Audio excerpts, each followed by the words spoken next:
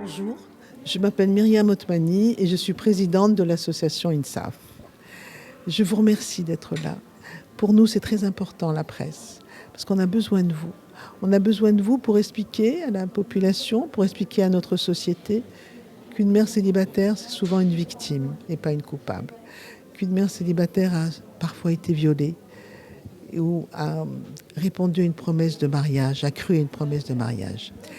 INSAF, en 25 ans d'existence, a pu sauver 12 000 mères célibataires. Et on a réussi à les autonomiser, elles et leurs bébés. On a réussi à résoudre tous les problèmes juridiques.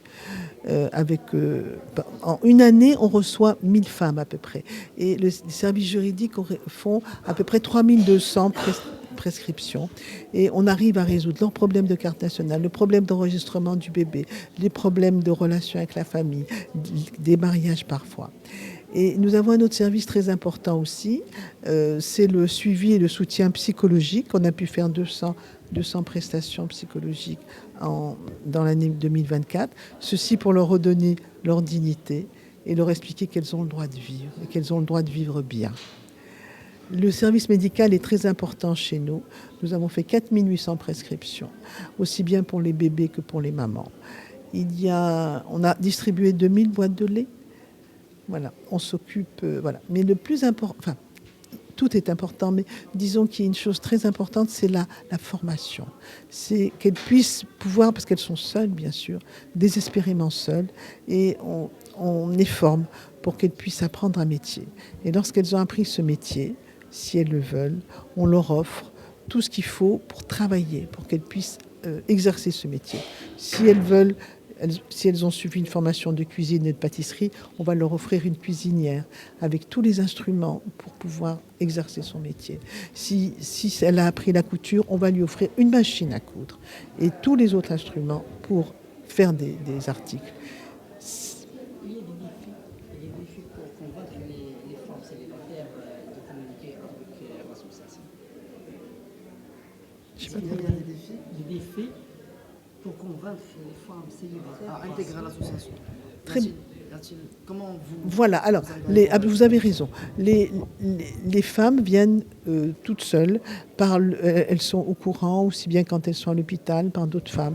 Mais c'est vrai qu'il y en a d'autres qui ne connaissent pas, et c'est bien que vous puissiez en parler pour que d'autres femmes, que nous aidions d'autres femmes. Notre mission, c'est ça.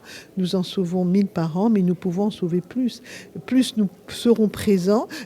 Mais on n'est pas tout seul, il y a d'autres associations aussi qui travaillent à travers tout le Maroc.